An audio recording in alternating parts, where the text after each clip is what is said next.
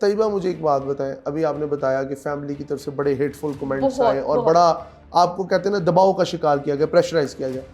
लेकिन अगर let's suppose एक बंदा जिससे आपकी शादी होती है, आपका पार्टनर है, वो आपके सारे आपके सारे मामला पूरे कर रहा है, मैं चाहती हूँ कि अगर जो इस औरत को भी शादी करनी चाहिए ना, जो कि इंडिपेंडेंट होती है, उससे जब शादी तो उसने करनी है, कर लेगी, लेकिन उससे पहले उसको अपनी सिक्योरिटी में कुछ चीज़ें लिखवा लेनी चाहिए। क्योंकि जो खवातीन जॉब करती हैं, जो काम करती हैं ना, शादी के बाद उनकी ज़िंदगी बहुत तंग हो जाती है। शोहर जैसा भी हो, मैंने एक बात कही थी कि औरत की एक गलती उसकी कब्र तक साथ जाती है। मर्द कभी भी उस गलती की माफ़ी औरत को नहीं देता, चाहे मर्द जितनी मर्जी गलतियाँ कर ले। कौन सी गलती? कोई भी गलती होती है, इंसान का पास्ट इंसान के सामने इस तरह आता है कि जिस तरह की सोच भी नहीं हो सकती। मेरी फर्स्ट एंगेजमेंट के बाद मेरी सेकंड एंगेजमेंट भी हुई, और मेरा सेकंड जो फियांसे था उसको इसी यही इशू था कि मेरे फर्स्ट फियांसे के साथ मेरे ताल्लुकात पता नहीं किस तरह क्यों। ये तो को बात, यही चीज, यही मैं आपको बता रही हूँ, ये मैं आपको वही बता रही हूँ कि देखें, एक मर्द है, चाहे उसकी 1000 गलतियां हो, और एक औरत की एक गलती उसकी कब्र तक साथ जाती है। चाहे वो मर्द उसके साथ जितना मर्जी लॉयल हो, जितना मर्जी उसको प्यार करे, लेकिन शक एक ऐसी चीज है जो कि कब्र की मिट्टी तक साथ जाता है। शक बिल्कुल हर चीज को उजाड़ सकता है, इसीलिए तो। अच्छा तैयबा, आपको पता है हमारी फील्ड की लड़कियों को सही नहीं समझा जाता। नहीं, अब आज के माशरे में प्राइमरीली लिविंग इन लाहौर, जो कि पाकिस्तान की एक सोसाइटी का बड़ा वाइब्रेंट एरिया है, उसमें तो बहुत अब एक अदम बर्दाश्त कम हुई है। लेकिन अगर आप ओवरऑल पाकिस्तान की बात करें तो डायनामिक्स में अभी भी ये बात है। लाहौर को छोड़ के ना हमजा, आप किसी भी एरिया में जाके कहना कि ये लड़की जॉब करती है या मीडिया में है और इस तरह चली जाऊं, यकीन करें लोग ऐसे देखेंगे, शकूक व शुबा, वाह, उधर की लड़की ऐसे देख रहे होते जैसे पता नहीं, कहते हैं ना वो पहली बार कोई चीज नजर आ गई होती है इंसान को। इस तरह की चीजों को हम फेस करके निकल रहे हैं, और आज मैं यहाँ पर हूँ। ये इंफोटेनमेंट है, एंटरटेनमेंट नहीं, हाँ, सेक्टर नहीं है। नहीं, अब देखिए कि हमें इसमें कोई हमारी नेगेटिविटी दिखा दे, कोई भी नहीं दिखा सकता, क्योंकि हम है नहीं, हमने अपनी जॉब की है। और आज अगर हम यहाँ तक है ना, और कोई भी खातून जो है वो अगर कामयाब होना चाहती है, तो सबसे पहले अगर वो मैरिड नहीं है और वो कामयाब है, तो उसके पीछे उसके माँ बाप और बहन भाइयों का हाथ है। और मेरे मामा पापा ने मुझे बहुत सपोर्ट किया, बहुत ज़्यादा। इससे पहले मैंने मॉल में भी जॉब की है, मैं रिटेल फील्ड में रह चुकी हूँ। मेरी वालदा ने मुझे कहा कि नहीं, उन्होंने मुझे पुशअप किया कि नहीं बेटा, नहीं तुम करो।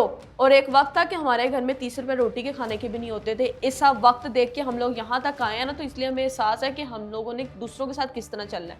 और मेरी मामा ने मुझे पुशअप किया कि नहीं तैयबा, तुम्हें करना चाहिए। और मैं इतना डरती होती थी, इतना डरती थी कि एक वक्त मेरे बाबा रिक्शा ऑटो ड्राइवर थे, उनको वार्डन ने चालान कर दिया। तो थोड़ी सी लड़ाई झगड़े के बाद उनको ना, यहाँ पर आज मैं जॉब कर रही हूँ, उस थाने, उसी के पास थाने यूबिया मार्केट में मुस्लिम टाउन थाना लगता है, वहाँ मेरे बाबा को ले गए और FIR दे दी उन्होंने।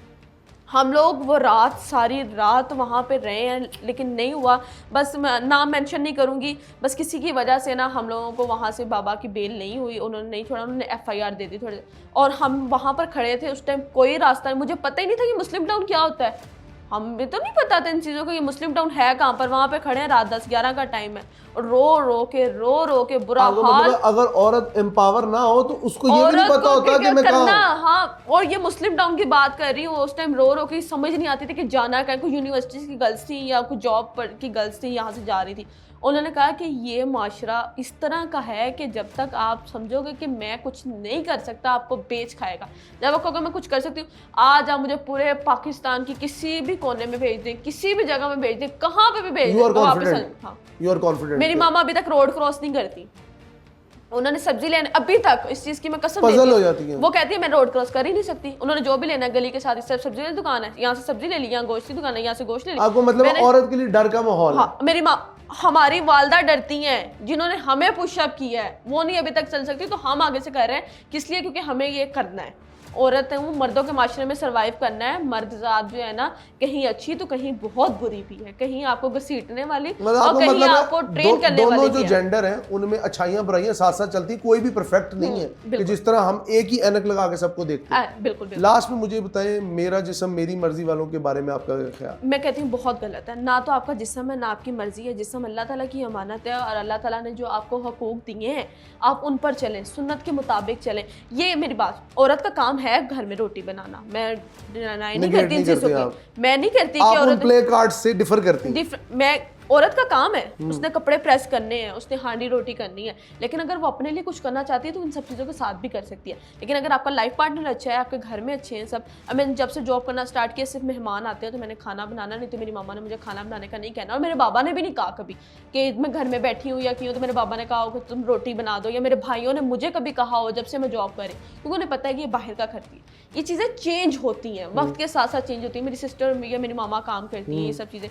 तो अगर आपका लाइफ पार्टनर अच्छा है, शोहर और मियाँ बीवी दोनों मिलकर करते हैं, तो उनमें मैंने देखा है कि शोहर अगर टाइम से आ गया तो शोहर ने काम कर लिया घर के, बीवी टाइम से आ गया तो बीवी ने कर लिया, लेकिन दोनों मिलके एक फैमिली चला रहे हैं। और मेरा यही मानना है कि आपको फैमिली की तरह चलना चाहिए, चाहे मियाँ बीवी है, चाहे बहन भाई हैं, चाहे बाप बेटी है, चाहे माँ बेटी है, या बहू सास का जो इश्यूज़ हैं। शादी के बाद भी अगर कोई जॉब करना बुरी बात तो नहीं है, शादी के बाद अगर कुछ 4 पैसे आ रहे हैं तो आपके अपने घर में आ रहे हैं, कुछ चीज़ें रिसॉल्व होंगी तो आपके अपने घर में होंगी। ये मेरा जैसे मेरी मर्जी वाली औरतों को मैं बिल्कुल नहीं मानती। मैंने अभी तक लॉन्ग मार्चेस कवर नहीं किए, मैंने एक लॉन्ग मार्च कवर किया, ये जो औरत मार्च होते हैं, औरत मार्च होता है, मैंने औरत मार्च एक बार कवर किया और उसको मैं खुद शर्मिंदा हुई। टू बी ऑनेस्टली मैं शर्मिंदा हुई, मैं इतना शर्मिंदा हुई कि यार तो औरत की एम्पावरमेंट की बात मैं कर, क्या एम्पावरमेंट है मुझे बताएं। वो कहते हैं जी औरत आजाद है, बेबाक है। आजाद हूँ, लेकिन बेबाक तो मैं नहीं। आजाद हूँ। हाँ।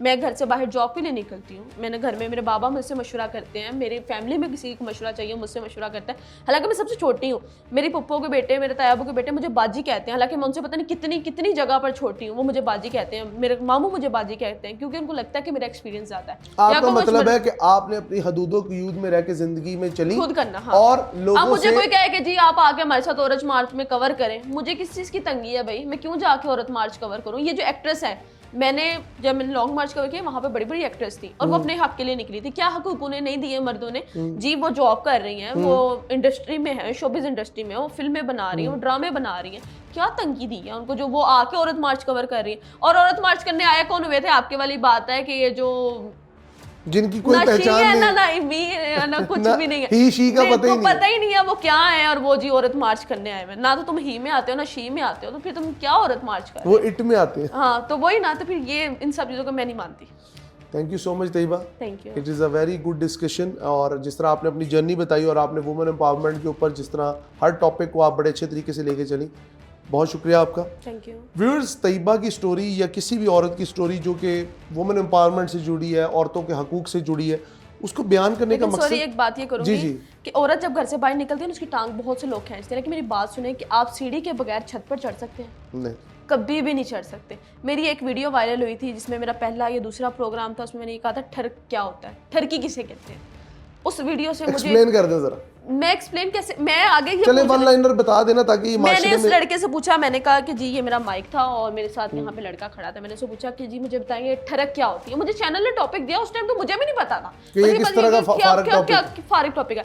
उसने कहा मैं आपको बताऊँ, मैंने कहा बताओ। उसने कहा हाथ करो, मैंने हाथ कर लिया, उसने ना नंबर लिखा हुआ था, आपको पता बाजार में लड़के नंबर लिख के रखते हैं, मैंने हाथ किया, उसने मेरे हाथ में नंबर रख दिया और मैंने जब खोला था वो नंबर था, कहता है इसे ठरक कहते हैं कि अब आप मुझसे फंस जाओगी। ये वीडियो एक मेरी वायरल होगी और इतने इश्यूज़ हुए कि मैं कुछ शायद सोशल मीडिया पे डिस्कस नहीं कर सकती, और शायद मैं करना भी चाहती, शायद मैं ना भी कर सकूं, क्योंकि कुछ चीज़ें जो है ना वो अब सुलझ चुकी हैं, तो ज़्यादा ख़राब ना हो, उलझाए ना इन चीज़ों को। और फिर मैंने उन्हें एक बात कही, मैंने कहा सीढ़ी के बगैर हम छत पर नहीं चढ़ सकते, ये मेरी मंजिल थी, मैंने इस फील्ड में आना था, मैंने मंजिल का इस्तेमाल किया है। आगे जाकर अब देखिए मैं क्राइम रिपोर्टर हूँ, मैं डेली इशूज़ सॉल्व करती हूँ, मैं सीरियस टॉपिक पे आ गई हूँ, मैंने पुप्पो बन के रोड शो किए हैं, मैंने फ़कीर बन के रोड शो किए हैं, मैंने बड़ा बड़ा कुछ किया है, पंजाबी में किया है, मैंने अपना नाम बनाने के लिए बड़ा कुछ किया है। लेकिन जब एक औरत घर से बाहर निकल आई है ना, तो मेरा लड़कियों के लिए मैसेज है कि आपकी नीयत साफ है, आप गलत नहीं हैं, आप अपने लिए अपने घर वालों के लिए निकलने आएंगे ना, तो पीछे मुड़ के ना देखें।